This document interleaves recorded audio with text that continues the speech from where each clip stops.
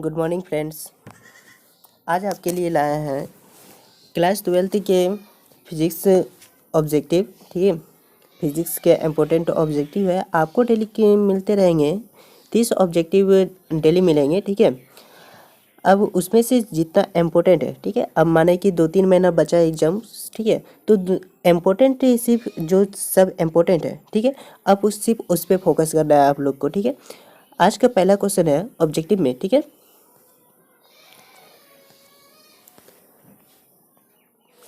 पहला क्वेश्चन दिया गया है कि एक विद्युत द्विध्रुव दो परिपथ आवेशों से, ठीक है, बना है। ठीक है, जिनके परिणाम दिया गया है कि पहले दिया है कि प्लस में 3.2 इंटू 10⁻⁻⁻19 कूलम, और दूसरा जो दिया गया है, ठीक है, -3 इंटू 2 इंटू 10⁻⁻19 कूलम। ठीक है, दो आवेश दिया गया। अब उसका परिमाण बताना है। ठीक है, और उनका बीच की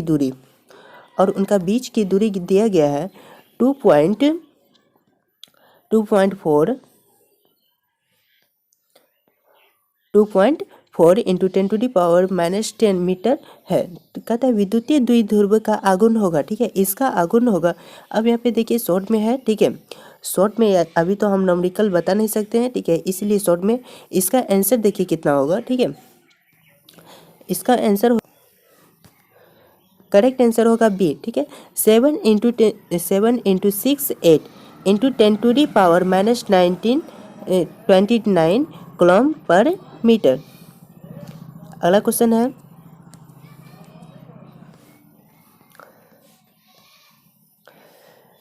अगला क्वेश्चन दिया गया है।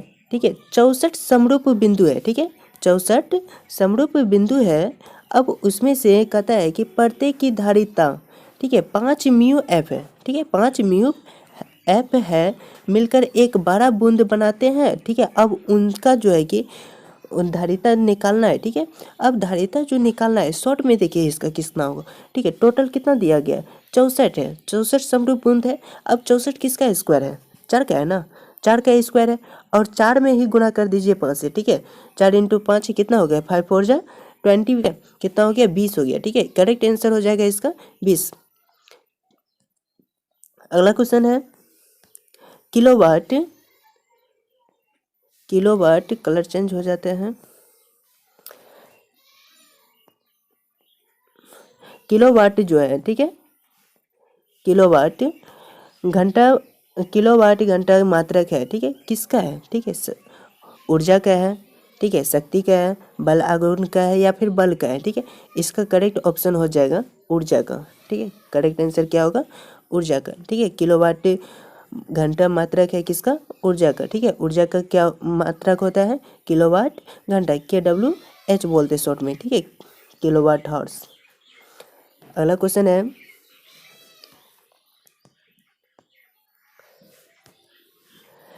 चुंबकशीलता की विमा है। ठीक है, चुंबकशीलता की विमा है, इसका आंसर क्या होगा। ठीक है, पहला में दिया गया है MLT पे पावर -2, ठीक है, I पे पावर -2। दूसरा में दिया गया है MLT पे पावर 2 और I पे पावर -2। सी में ऑप्शन है MLT पे पावर 2, उसके बाद I पे भी पावर 2। और डी में दिया गया है ऑप्शन नंबर डी MLT पे पावर -2, उसके बाद आई है। ठीक है, इसका करेक्ट आंसर हो जाएगा, ठीक है, MLT पे पावर -2, उसके बाद आई पे भी -2। ठीक है, करेक्ट आंसर। ठीक है, चुंबकीयशीलता की विमा क्या होगा, चुंबकीयशीलता की विमा हो जाएगा MLT पे पावर -2, उसके बाद आई पे भी पावर -2। अगला क्वेश्चन है, 5 में दिया गया ऑप्शन, विद्युत परिपथ के किसी बिंदु पर सभी धाराओं का बीजगणितीय योग क्या होगा। बीजगणितीय योग होता है शून्य, होता है कितना होता है, शून्य। ध्यान रखना है विद्युत परिपथ में, ठीक है, सभी बिंदु पे यदि पूछेगा धाराओं का मान क्या होता है, तो उसका मान क्या होगा, शून्य होगा। अगला क्वेश्चन, एल आर परिपथ की प्रतिबाधा होती है, ठीक है। एल आर की परिपथ की प्रतिबाधा होती है, इसमें से क्या प्रतिबाधा होगा, ठीक है। ये ऑप्शन तो होगा नहीं, ठीक है। R square plus W square L square, ये भी नहीं होगा। रूट में ये भी नहीं होगा, ये नहीं होगा। करेक्ट आंसर हो जाएगा ये, ठीक है। इसका करेक्ट आंसर यहाँ पे लिखा हुआ है रूट अंडर आर स्क्वायर, ठीक है। कैपिटल में है आर, सॉरी, क्या दिया गया, रूट अंडर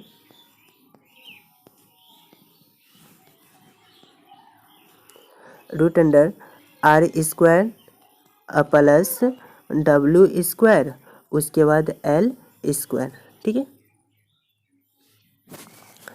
बढ़ते हैं अगला क्वेश्चन की ओर। ऑप्शन नंबर इसका 6 का ऑप्शन नंबर डी हो जाएगा, ठीक है। अगला क्वेश्चन दिया गया है विद्युत चुम्बकीय, करेक्ट आंसर,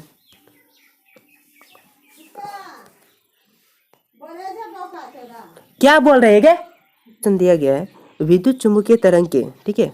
विद्युत चुम्बकीय तरंग की संरचना की दिशा होती है, ठीक है। इसकी संरचना की दिशा क्या होगा, बी वेक्टर के समांतर होगा कि ए वेक्टर के समांतर, या फिर ठीक है, B vector into E vector के समांतर, या फिर आंकड़ा के संपूर्ण नहीं है, ठीक है। इसका करेक्ट आंसर होगा, करेक्ट आंसर, ठीक है। यहाँ पे गलती से ये ऑप्शन जो है कि गलती से लिखा हुआ है, ठीक है। उसका करेक्ट आंसर हो जाएगा ई वेक्टर, ई पे पावर वेक्टर, उसके बाद इंटू बी वेक्टर के समांतर होगा, ठीक है। विद्युतीय चुंबकीय तरंग की, ठीक है, इसकी तरंग की यानी संचरण की दिशा होती है, संचरण की दिशा जो होगी E vector into B vector के समांतर होती है। अगला क्वेश्चन है, कहता है जब प्रकाश की एक किरण ग्लास स्लैब में प्रवेश करती है, ठीक है, कोई भी ग्लास स्लैब में प्रवेश करती है तो इसकी तरंग दैर्घ्य क्या होता है, ठीक है। बढ़ता है कि घटता है, या अपरिवर्तित रहता है, या फिर आंकड़े के पूर्ण नहीं है, ठीक है। इसका करेक्ट आंसर हो जाएगा घटता है, ठीक है। प्रकाश जब भी कोई भी ग्लास स्लैब में प्रवेश जो करती है ना, उसका क्या होता है, तरंग दैर्घ्य घटता है।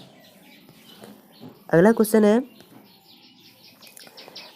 आयाम आंदोलन सूचकांक का मान होता है, ठीक है, उसका मान क्या होगा, हमेशा 0 होगा, या फिर एक अपरिभाषित के बीच में होगा, या 0 तथा 1 के बीच में, या फिर हमेशा अपरिभाषित रहेगा। तो उसका करेक्ट आंसर हो जाएगा, ठीक है, सी नंबर, ठीक है। ऑप्शन नंबर सी जो है करेक्ट है। 0 तथा 1 के बीच में जो है कि आयाम आंदोलन सूचकांक का मान होता है।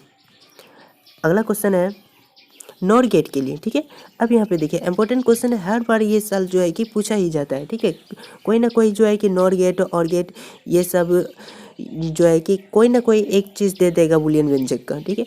अब इसमें दिया गया नॉर गेट के लिए बूलियन व्यंजक का क्या होगा, ठीक है। हमेशा याद रखना कि नॉर गेट जब भी पूछेगा, ठीक है, नॉर गेट का पूछेगा तो हमेशा इसका हो जाएगा ए प्लस बी पे पावर रेकरिंग इक्वल वाई हो जाएगा, ठीक है। ए प्लस बी पे पावर रेकरिंग इक्वल वाई, ये हो गया नॉर गेट के लिए, ठीक है। बढ़ते हैं अगला क्वेश्चन की तरफ।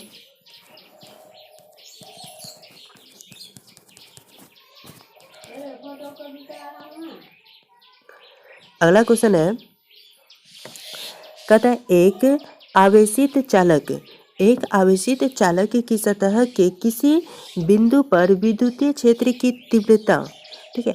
अब तो आपको बताना है कि शून्य होती है, कि सतह के लंबवत होती है, या फिर सतह के स्पर्शीय होती है, या सतह पर 45 डिग्री पर होती है, ठीक है। उसका करेक्ट आंसर होगा, ठीक है।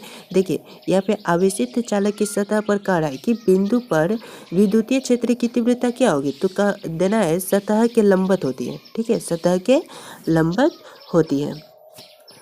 अगला क्वेश्चन है मुक्त आकाश की परावैद्युतांक, ठीक है, इंपॉर्टेंट क्वेश्चन है, ठीक है। मुक्त आकाश की परावैद्युतांक होता है, उसमें क्या होगा, ठीक है, मुक्त आकाश की परावैद्युतांक होगा, ठीक है। ए ऑप्शन में तो ए नहीं होगा, ठीक है, बी भी नहीं होगा, डी भी नहीं होगा, तो ऑप्शन नंबर सी जो है कि करेक्ट हो जाएगा। कभी कभी परावैद्युतांक, मुक्त आकाश की परावैद्युतांक दे देता है 8.854 इंटू 10⁻⁻12 फोर्स पर मीटर, ठीक है। कभी इस तरीके से देता है, ठीक है। जहाँ पे यहाँ पे दिया था ना कि 8.85, ऑप्शन नंबर में 8.85 है, और कभी कभी वहाँ पे 5 की साइड में 4 दे देगा, ठीक है। तो घबराना नहीं है। अगला क्वेश्चन है विद्युत परिपथ, ठीक है। विद्युत परिपथ, अगला क्वेश्चन, विद्युत परिपथ की शक्ति होती है, ठीक है। इसमें उसका पावर क्या होता है उसको दिखाना है, ठीक है। विद्युत शक्ति की पावर क्या होगा, ठीक है। करेक्ट आंसर इसमें जो हो जाएगा, ठीक है, उसका करेक्ट आंसर हो जाएगा भी, सी नंबर, ठीक है। और करेक्ट आंसर सी हो जाएगा, ठीक है। वी स्क्वायर पर आर, वी स्क्वायर पर आर। देखिए पूरा फास्ट में थोड़ा कर रहे हैं, ठीक है, वीडियो कहीं लॉन्ग नहीं हो जाए, ठीक है, इसलिए आप लोग स्किप नहीं कीजिएगा, ठीक है।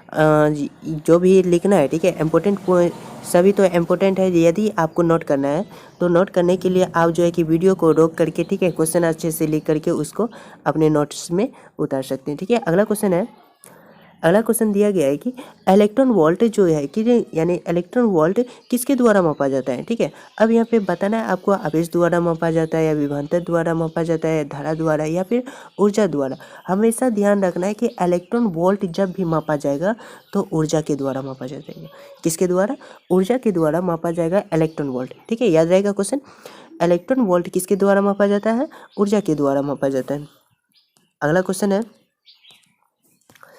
लेंज का नियम, ठीक है। लेंज का नियम जो है, ठीक है, वो किससे संबंध है, ठीक है, आवेश से, द्रव्यमान से, ऊर्जा से या फिर संवेग के संरक्षण से, ठीक है, किससे संबंध है, ठीक है, आवेश से होगा या फिर द्रव्यमान से, ऊर्जा से या संवेग के संरक्षण से। हमेशा ध्यान रखना है कि लेंज का नियम जो है कि ये हमेशा ऊर्जा से ही संबंध रखते हैं, ठीक है। लेंज का नियम हमेशा ऊर्जा से संबंध रखते हैं। करेक्ट आंसर सी हो जाएगा, ठीक है। अगला क्वेश्चन है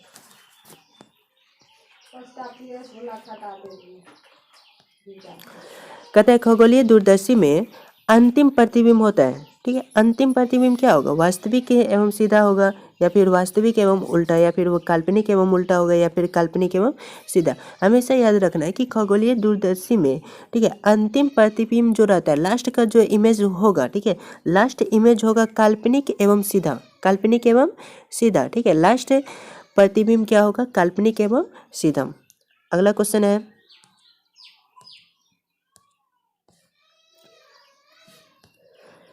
यदि समान फोकस दूरी f के दो अभिसारी लेंस एक दूसरे के संपर्क में रखे हो तब संयोग के फोकस दूरी होगी, ठीक है। संयोग की फोकस दूरी जो होगी तो उसका क्या होगा? तो उसका संयोग की फोकस दूरी होगा, हमेशा फोकस यानी फोकस क्या आधा होता है, ठीक है, तो f/2 हो जाएगा, ठीक है।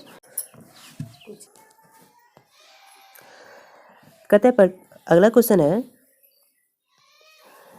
प्रकाश के अनुप्रस्थ तरंग, ठीक है, प्रकृति जो है पुष्टि करता है, किससे पुष्टि करता है, ठीक है, व्यतिकरण को या फिर परावर्तन को या ध्रुवन को या फिर वर्ण विक्षेपण को।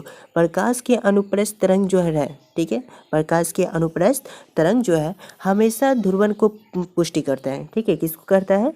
ध्रुवन को पुष्टि करता है। इसका करेक्ट आंसर हो जाएगा ध्रुवन, ठीक है, सी नंबर जो है कि करेक्ट हो जाएगा। प्रकाश के अनुप्रस्थ तरंग किसको पुष्टि करता है? ध्रुवन को। हमेशा ये सब इम्पोर्टेंट है, ठीक है, जितना आपको मिलेंगे इम्पोर्टेंट ही दिए जाएंगे, ठीक है। यदि आप चैनल पर नया है तो सब्सक्राइब कर लीजिए, ठीक है।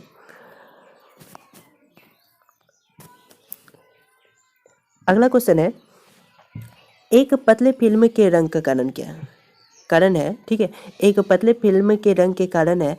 उसमें अब देखिए कारण में क्या है? परिकिरण है, व्यतिकरण है, वर्ण विक्षेपण है या फिर विवर्तन है, ठीक है। पतली फिल्म की उसका रंग जो चेंज होते रहता है, ठीक है, हमेशा रंग जो चेंज होते रहता है, उसका मुख्य कारण है व्यतिकरण, ठीक है, व्यतिकरण के द्वारा जो है कि पतले फिल्म यानी रंग जो उसका है, रंग यानी चेंज होते रहता है, उसका रंग का कारण क्या है? व्यतिकरण है। अगला क्वेश्चन है यदि प्रत्यावर्ती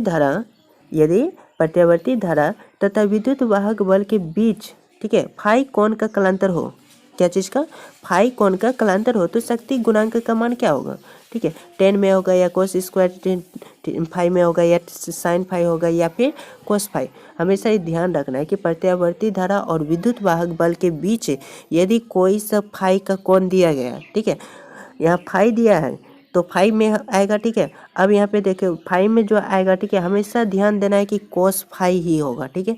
अब यहाँ पे यदि थीटा में देता, ठीक है, थीटा में देता तो यहाँ पे क्या होता है, कोस थीटा। अब फाइव में है तो क्या होगा, कोस फाइव। कोई दिक्कत है? अगला क्वेश्चन की तरफ बढ़ते हैं। देखिए ये सबसे इम्पोर्टेंट क्वेश्चन बहुत है, ठीक है, रिपीट होते रहता है, ठीक है, हर बार एग्जाम में जो है कि रिपीट होते रहता है। कहता है स्वप्रेक्तव का मात्रक क्या होगा, स्वप्रेक्तव का मात्रक क्या होगा, ठीक है, वेबर होगा या फिर ओम होगा या फिर हेनरी होगा या फिर गॉस होगा, ठीक है। उसका मात्रक जो होता है, ठीक है, एसआई मात्रक, उसका एसआई मात्रक होता है हेनरी, ठीक है, उसका एसआई मात्रक हेनरी। आगे है नेक्स्ट क्वेश्चन, इसका जो दिया गया था, ठीक है, डायनमो के कार्य का सिद्धांत आधारित होता है किस पे होता है, धारा के उसमें प्रभाव पे या फिर विद्युतीय चुम्बकीय प्रेरण पे या फिर चुम्बकीय प्रेरण पे या फिर विद्युतीय चुम्बकीय, यानी किस पे होता है, ठीक है। हमेशा याद रखना कि विद्युतीय चुम्बकीय प्रेरण पे यह कार्य करता है, ठीक है, उसी पे यह सिद्धांत जो है कि डायनमो का सिद्धांत जो है कि उसी पे आधारित होता है, विद्युत चुम्बकीय प्रेरण पे, ठीक है। अगला क्वेश्चन है, दिया गया है कि एक प्रत्यावर्ती विद्युत धारा जो है कि उसका समीकरण इतना दिया गया है, आई इक्वल टू कितना दिया है, 0.6 साइन 100 पाई टी दिया गया है, ठीक है। इससे निरूपित करता है, कहता है कि विद्युतीय धारा की आवृत्ति क्या होगा, ठीक है, उसका आवृत्ति यानी जब भी मान उसका इतना देना, ठीक है, i equal to 0.6 sine 100 pi t, तो हमेशा टिक लगा दीजिएगा 50 में, ठीक है, उसका हमेशा 50 आंसर होगा। अगला क्वेश्चन है निकेल, ठीक है, निकेल के मतलब समझते हैं, इसको समझ लीजिए, आपने याद रहेगा, ठीक है। निकेल क्या होता है, लोहा होता है, ठीक है, क्या होता है, लोहा होता है, ठीक है। और लोहा किससे यानी उससे का संबंध किससे होगा, लोहा चुंबकीय से, तो करेक्ट आंसर क्या हो जाएगा, लोहा चुंबकीय, ठीक है, ऑप्शन नंबर सी जो है कि करेक्ट हो जाएगा, ठीक है। निकेल के संबंध है, ठीक है, निकेल है लोहा चुंबकीय। अगला क्वेश्चन है ब्रूस्टर का नियम, ठीक है, ब्रूस्टर का नियम जो है कि यहाँ पे देखिए ब्रूस्टर का नियम जो दिया गया है, ठीक है, ये साइन में नहीं होता है, ठीक है, कोस में भी नहीं होता है, वो 10 में होता है, ठीक है, 10 स्क्वायर में कभी नहीं होगा, ठीक है, 10 स्क्वायर में कभी नहीं होगा। इसका होगा ब्रूस्टर का नियम यानी म्यू इक्वल टू होगा, ठीक है, mu equal to 10 IP, mu equal to 10 IP। अगला क्वेश्चन है, दिया गया अगला क्वेश्चन, ताप बढ़ाने के साथ अर्धचालक के प्रतिरोध, ठीक है, ताप बढ़ाने के साथ अर्धचालक का प्रतिरोध क्या हो, यानी तभी तरंगदैर्घ्य के बारे में पूछा था, ठीक है, तभी तरंगदैर्घ्य के बारे में पूछा था। जब ग्लास स्लैब में प्रवेश करता है तो उसका तरंगदैर्घ्य क्या होता है, घटता है, तो इसमें भी अर्धचालक की प्रतिरोधकता क्या होगा, घटेगा ही, ठीक है। ताप बढ़ाने पे उसका अर्धचालक की प्रतिरोधकता घटता है और ताप घटाने पे, ठीक है, वह क्या होता है, बढ़ता है। याद रखिएगा, बढ़ाने पे घटता है और घटाने पे बढ़ेगा। अगला क्वेश्चन है प्रत्यावर्ती